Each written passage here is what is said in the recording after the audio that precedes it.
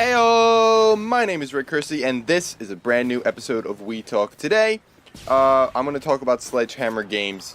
It was announced that Sledgehammer Games was going to be developing the next Call of Duty game, so I decided to do a little bit of research, figure out who and what Sledgehammer Games is. So I found out that it was founded by two guys who used to work at Visceral Games, and they actually developed Dead Space. Now, you can ask anybody that knows me. I am a huge Dead Space fan. I particularly like Dead Space 1, which is the game that these two guys worked on. I really like the atmosphere of that game. I really liked, the tone of the game. I like the mechanics of the game. I think the game got better as it progressed, but I really think that Dead Space 1 had, but it captured the environment and the creepiness of it the best. I think that when I say it gets better, I'm talking about the mechanics, and the story got a little bit better too. But as far as being a scary game, I think Dead Space 1 was the more scary of the game because you didn't know what was going on at first.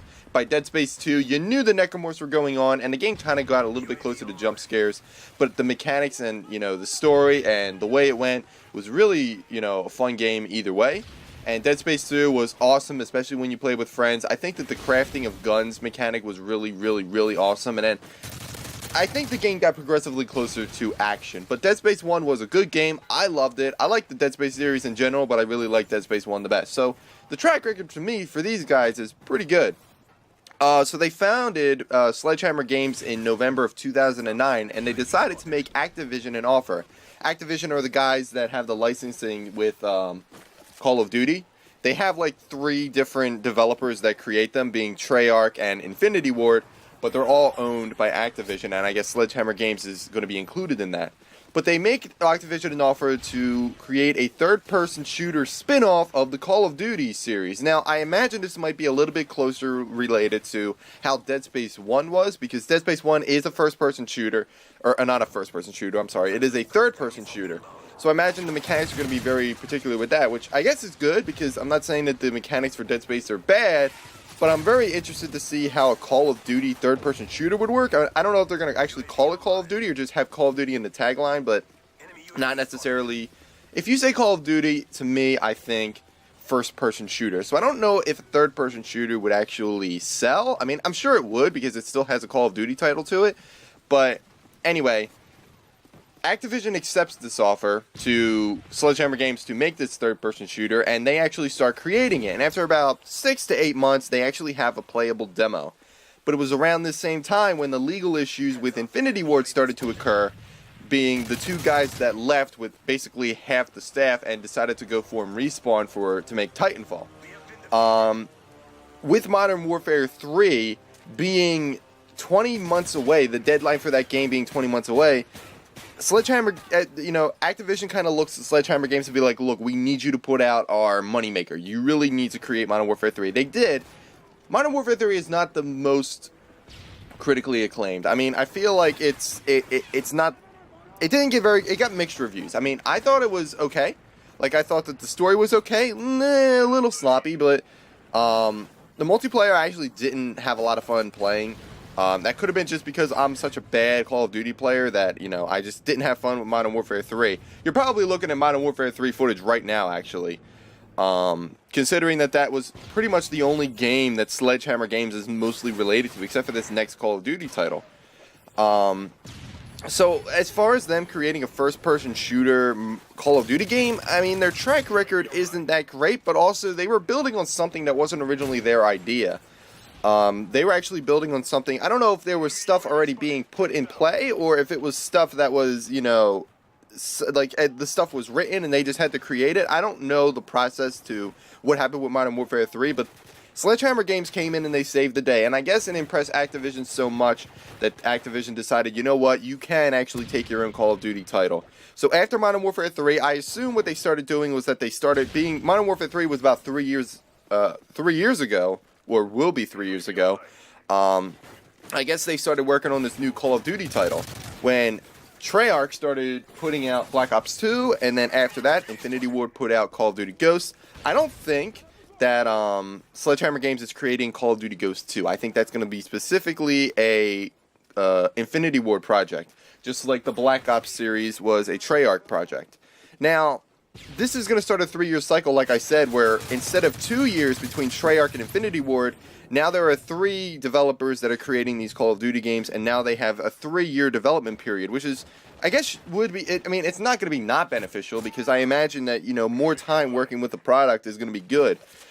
I'm just a little concerned that it's Sledgehammer Games. This is really their first attempt at a really standalone game, because they worked in conjunction with Infinity Ward when they put out Modern Warfare 3. So I guess Infinity Ward has enough confidence in them, because they did save the day for putting out a game for Modern Warfare 3. It wasn't the best game in the world, but they also got to this is going to be a really clutch year for especially Call of Duty, because they are going to be coming out the same year as Titanfall, and Titanfall has been given so much praise ever since the open beta, which I thought was a brilliant move. The open beta, you know, they asked for, I don't know if they were specifically asking for feedback, but they were looking for feedback. They were stress testing the servers most of all, but I guess in another note is that it was a huge marketing move to get the game into players, and then that way these players would say to other friends, and I've done it, where I'm just saying to everybody that'll listen, being like, look, Titanfall is an amazing game and it's totally worth your money.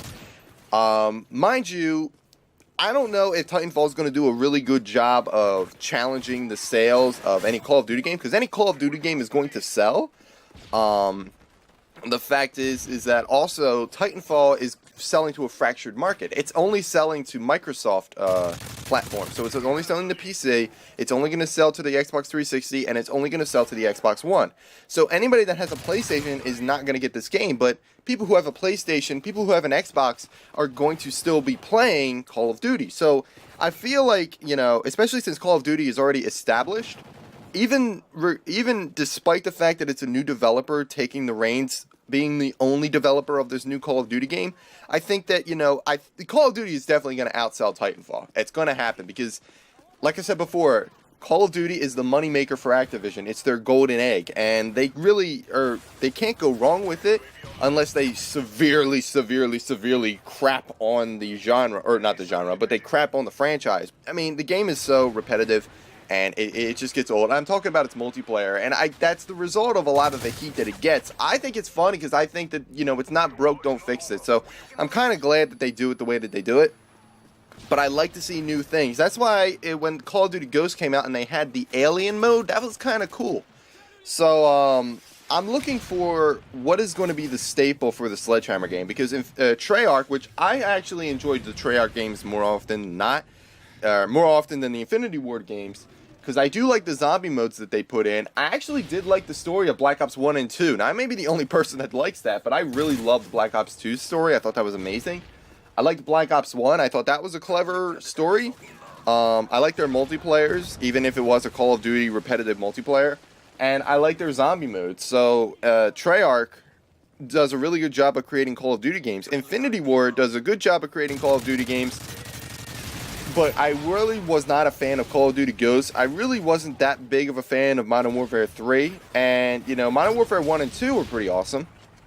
But now that they've implemented this new Aliens mode, I'm kind of curious what is Sledgehammer Games' answer to the Alien mode and the Zombie mode?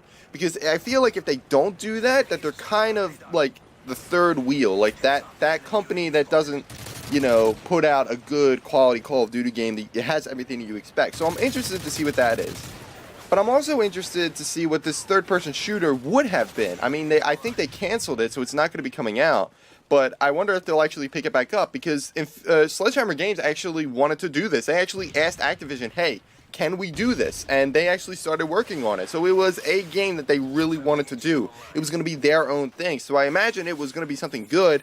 I don't think that it's going to be what this new Call of Duty game is, because coming out with a third-person shooter when there should be a first-person shooter is really going to piss off the fans. It will kind of piss me off. And, you know, despite the fact that Titanfall is selling to a fractured market, it's not going to bode well for Call of Duty to make risks this year because of Titanfall. Like I said, even if they bomb, I don't really think, because Call of Duty is selling to everybody and Titanfall is selling to a fractured market, that they're still not going to outsell Titanfall. I mean, Titanfall is still not going to outsell Call of Duty, but you know, it is a very competitive, you know, series when it comes to Call of Duty, because every year Call of Duty picks a fight with somebody, be it Battlefield 3, Halo 4, Battlefield 4, or Titanfall. They're always picking a fight with somebody, and it's always a first-person shooter, because these games like to come out in November. Titanfall actually came out last Tuesday. Anyway, I'm really excited for Titanfall. I'm really excited to see what this new Sledgehammer Games is. Hopefully they give us a new taste of it, because this 3-year cycle has already been implemented. I imagine that after Modern Warfare 3, Sledgehammer Games has been developing this because it was 3 years ago, and now they're coming out with the game. So, for the first time, we're going to see a Call of Duty game that has had a 3-year development cycle. Well, I don't know if it's the first time, but it'll be the first time in recent memory. So I'm excited for it. I'm really looking forward to it. I imagine later on down the road, once this new Call of Duty game comes out, that I'll do another We Talk with Titanfall versus whatever this new Call of Duty game is. And I imagine around the time of E3, we'll get more information as to what this new Call of Duty game is. They might actually announce it sooner than E3, and then just come out with demos at E3. So I'm looking forward to that. It's a few months down the road, so I don't want to get too ahead of myself, but I do want to see some stuff with this new Call of Duty game. So I'm excited. Anyway, guys, that was this episode of We Talk. Join me next week for a brand new episode. Thank you for watching.